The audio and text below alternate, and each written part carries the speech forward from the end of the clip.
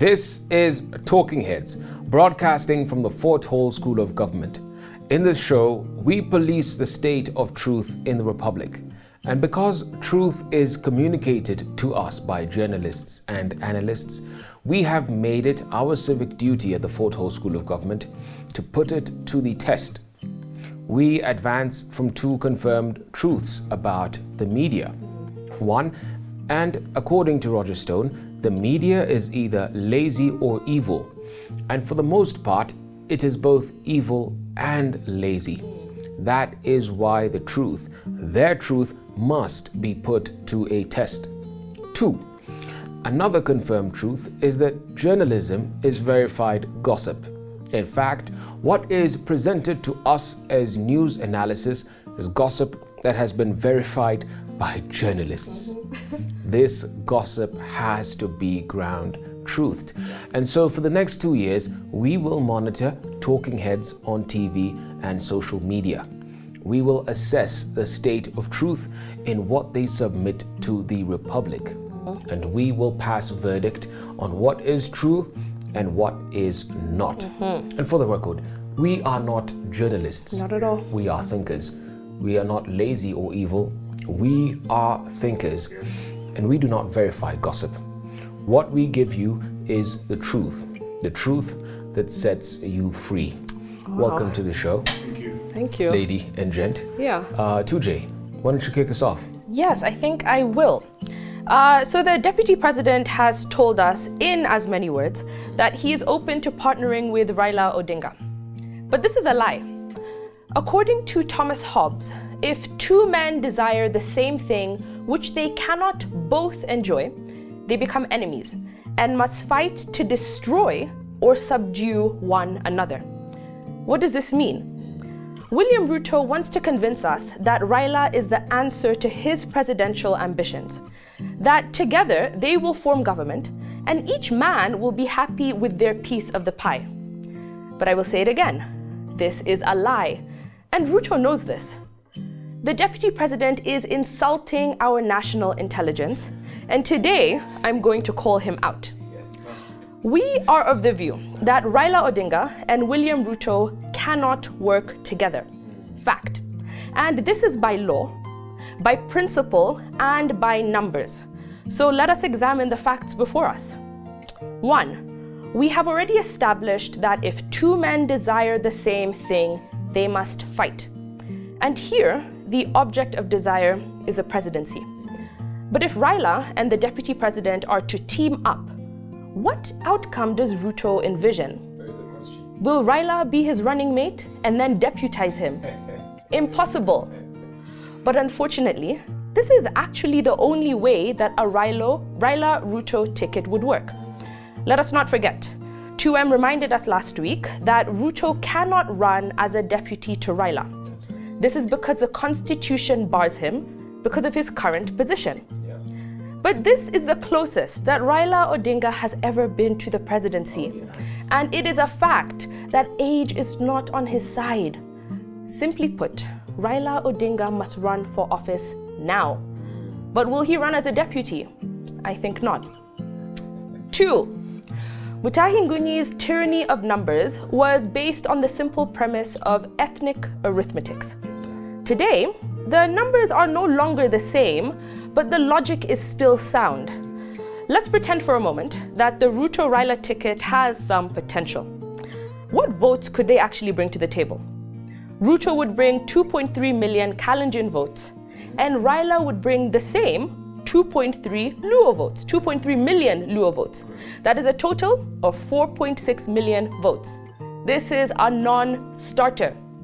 The Raila-Ruto fairy tale has really bothered me this week because it simply does not make sense. And because it doesn't make sense, it must be a scheme. Yeah. Something doesn't add up. Raila Odinga must run in 2022. Fact. He will not run as a deputy to William Ruto. Fact.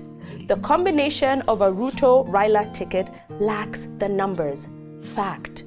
So the question is therefore this. What is William Ruto up to? I began by quoting Thomas Hobbes.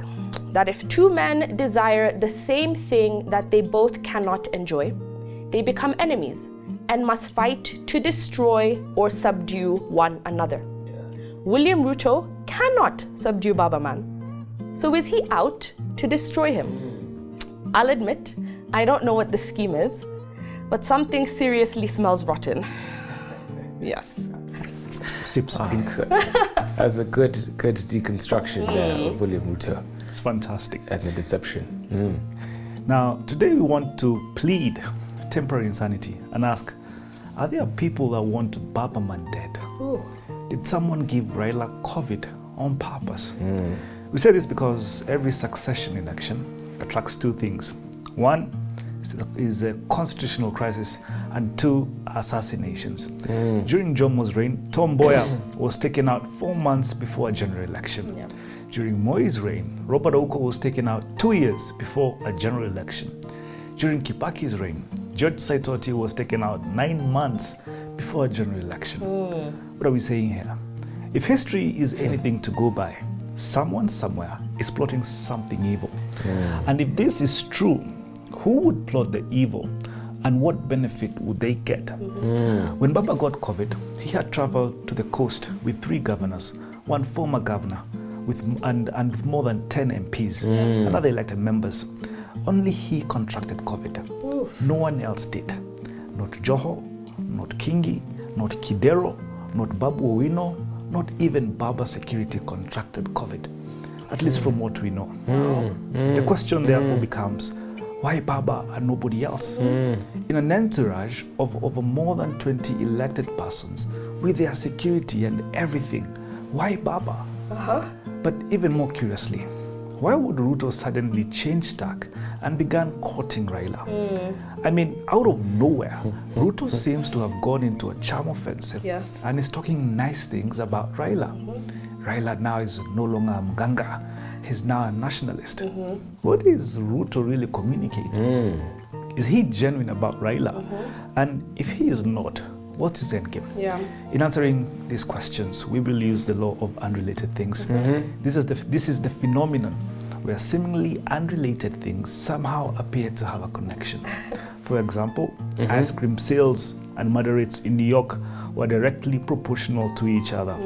When one went up, so did the other. But upon further reading, one discovered that the relationship between these things does not necessarily translate into causality. The idea that one factor caused the other to happen. They are only related because they have something in common. When it comes to the ice cream sales and the increased murder rate, what they have in common is warm weather. That's right. Simply put, in summer, more people spent time outdoors and being out and about increased incidences of crime. In warm weather, more people naturally bought ice cream. What's our point here? Just like ice cream and a rising crime are unrelated, so is Baba getting COVID and Ruto playing suitor. But they do have something in common, and it's not warm weather. That thing or person is your guess as good as mine. Question is, do you really trust Ruto? People here need to be very, very careful. I think the consensus here is that we all sniff something unusual. Absolutely. Something is not adding up. Baba Man has COVID. I guess we said that's unrelated, but nonetheless, something isn't adding up, and I think we need to interrogate that. Absolutely. There's a smoke screen, I think. Absolutely. Smoke and mirrors situation we're seeing here with the deputy president is being completely disingenuous, and even telling us that only he believes in a party with a national outlook, that you cannot do ethnic politics first. You first do politics that is Kenya. So devious. Doesn't make sense. This week, I would like to take on the serial lukewarm supporter of His Excellency the President, the Senator for Nairobi, Johnson Sakaja. Now, during an interview last week, Thursday, Sakaja critiqued the decision by the Jubilee Party to change its strategic thrust by doing 2 things. Entering into coalition partnerships with other political parties, as they have done in the last 2 or so years in the handshake. And he also took issue with a decision by party officials to kick out the deputy president from his position as deputy party leader within Jubilee. So these things of impeaching the deputy president, I think that was poor strategy. I first had it from outside of Jubilee, then it came within Jubilee. I think it's a terrible strategy. In fact, if anyone would not want to support him politically, when you do such things, you want to give him sympathy. On this, in fact, he said it was a tactless move. Oh, really? Johnson Sakaja is so sincerely wrong. And today, we would like to take him to school. Oh, yes. So, Senator Sakaja, here are two things to note about the summons of our time. First, as Niccolo Machiavelli said, the art of war is all that is expected of a ruler. The first way to lose your state is to neglect the art of war. But the first way to win a state is to be skilled in the art of war. Oh, yes. Now, according to Sakaja, the president ought to sit pretty and wait for politics to sort itself out. But our president, being an astute student of politics, knows not to do that. Either you sort out politics or politics sorts you out. Exactly. That's how it works. So for Sakaja to advise him not to wage war in this season of war is to lie to the king. And lying to the king, as we say, is treason. Yes. The party will be purged of saboteurs, the whip will be cracked, and the tables will turn. Those who thought that they could play with Uhuru Kenyatta have no idea what they got themselves into, foremost being here, the deputy president. The second, remember, Senator, politics is a zero-sum game. You are the senator for Nairobi, but we get the sense that you are not serious about the business of politics. Anytime a hot issue comes up, like that of last year of dividing the revenue between the counties and adding more money for Nairobi, rather than take a side, you want to please everybody. You want to be lukewarm, like the Kimani Omatangis of this world. Boy, aren't you dead and damn wrong. Yeah. You're in the wrong job, you see, because politics, like war, is a zero-sum game. If you want something, you have to take it from someone else in politics. Remember, in order for somebody to win, somebody has to lose. Yes. It is like a knife fight in a phone booth. There isn't anywhere to hide. Yes. There isn't any place for bystanders. Correct. Everyone has to choose a side. So do you want to be the predator or do you want to be the prey?